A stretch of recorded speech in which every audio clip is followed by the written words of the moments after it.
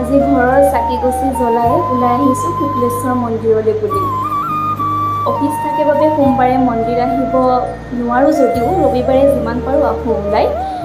এয়া মন্দিৰত ধূপ চাকি জ্বলাবৰ কাৰণে আমি ইয়াতে সোমালোঁ। মন্দিৰটোত প্ৰথমবাৰৰ বাবে আহিছোঁ আমি গোটেইকেইজনী। সোমাই ইমান ধুনীয়া শান্তি অনুভৱ কৰিছোঁ নহয়। তাৰপিছত আমি আলোচনা কৰিলোঁ আমি এতিয়া ক'ত যাম, যিহেতু মই বাহিৰত বেলেগ একো খাব নোৱাৰোঁ। এয়া মই এটা আপেল খাই ল'লোঁ।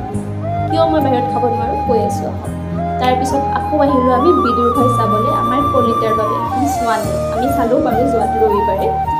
মই শাওনৰ মাহ উপলক্ষে এইটো মাহ সম্পূৰ্ণ নিৰামিষ খাই আছোঁ। সেয়েহে ক'তো একো খাব নোৱাৰা হৈ আমি ক'তো ওলাই যাব নোৱাৰিলোঁ। আমি আকৌ আহি বিদুৰ ভাই চালোঁ। এয়া স্কিন কেয়াৰৰ নামত অকণমান কিবা। তাৰপিছতে মই ভাত পানী বনালোঁ, বনাই এতিয়া খাব ওলাইছোঁ। কি যে অমৃত লাগে নহয় মোৰ এই ভাত।